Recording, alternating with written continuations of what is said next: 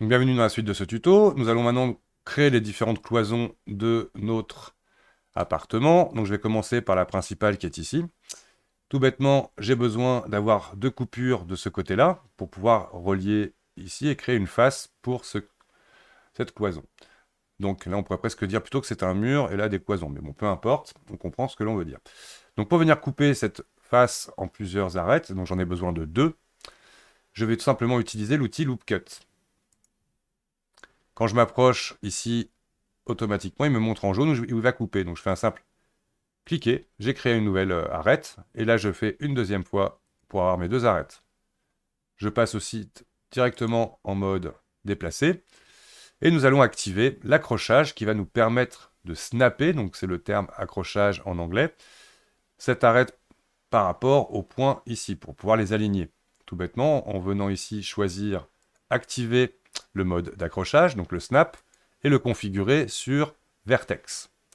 De cette façon-là, en me mettant bien sur l'axe Y de mon outil Move, je vais cliquer et glisser en allant chercher le point qui est ici. Autre solution, si vous n'avez pas, par exemple, tout le temps envie d'avoir l'accrochage d'actif, je peux quand même venir le faire, mais je vais appuyer sur CTRL pour activer le snap en même temps. Et là, du coup, je me retrouve avec mes deux arêtes alignées avec cette partie d'ici. Et comme on l'a fait tout à l'heure, je vais sélectionner avec un rectangle de sélection les quatre sommets qui sont ici, et j'appuie sur F pour en créer une face. Nous allons de la même manière créer cette cloison. Donc pareil, j'ai besoin de deux arêtes de chaque côté. Donc d'abord, on va faire ça avec un raccourci clavier. Le raccourci clavier du Loop Cut est indiqué quand vous survolez, c'est CTRL R. Donc je fais CTRL R. L'avantage du CTRL R, c'est quand vous cliquez, vous avez en plus la possibilité d'aller directement draguer le résultat. Hop. Donc là, après, si j'ai envie de le placer un petit peu mieux, on fait comme ça. CTRL R, clic, et là je viens draguer mon arête de manière à avoir ici les deux arêtes au bon endroit. Oups, oui, faut avec l'habitude du majuscule molette pour le pan. Donc je fais la même chose en bas. Donc si vous n'avez pas encore pas envie d'utiliser de raccourci, n'hésitez pas, un simple clic de clic. Et là on vient ensuite draguer. Je drague du coup sur l'axe X. En appuyant sur CTRL, je vais aller chercher la référence du point qui est là-haut. Hop, pareil, je viens ici, j'appuie sur CTRL et je snap mon déplacement sur la référence du point choisi.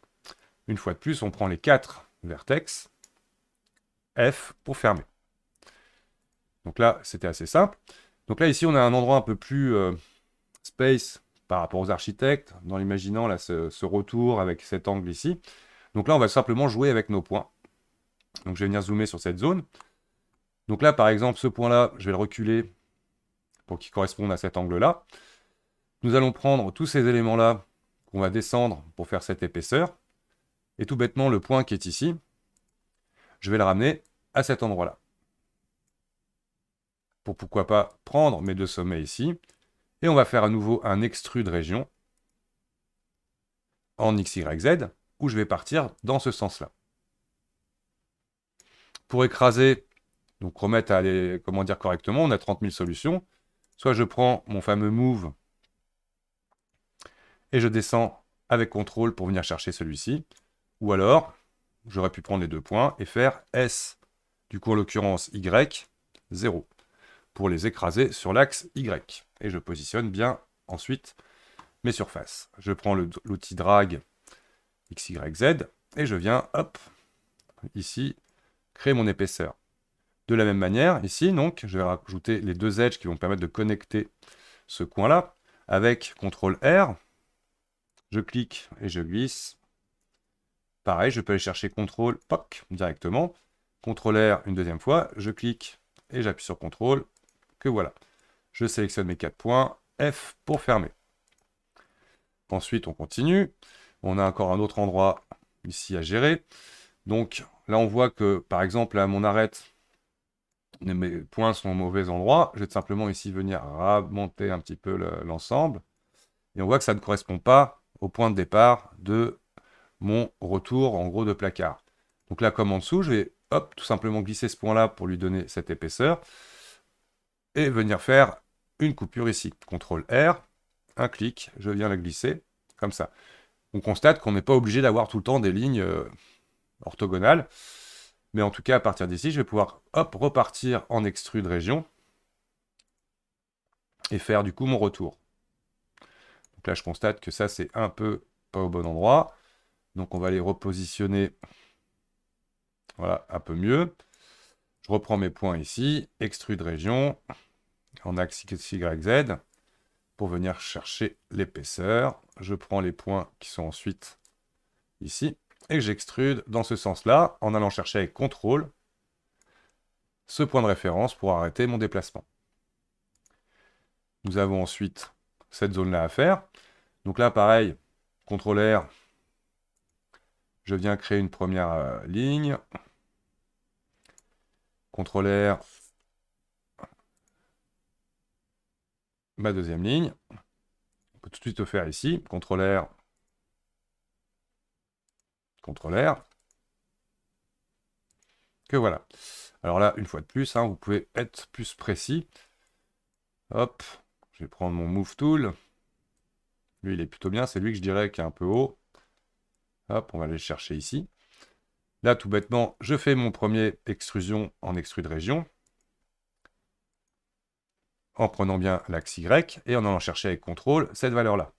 Pareil, j'extrude région, CTRL, cette valeur-là. Il n'y a plus qu'à sélectionner du coup les 4 sommets ici. F, Fill. Donc là, on va continuer, on va faire nos coupures ici. CTRL R. Hop, CTRL R. On est bien. Je vais tout de suite faire ici les découpes qui vont permettre de connecter notre mur. CTRL R. Je glisse directement ma souris pour venir positionner. CTRL R, une deuxième fois, pour faire la deuxième ligne, pour me permettre tout simplement de venir maintenant extruder. Alors, hop, on fait notre angle. Je prends les deux points là qui sont ici.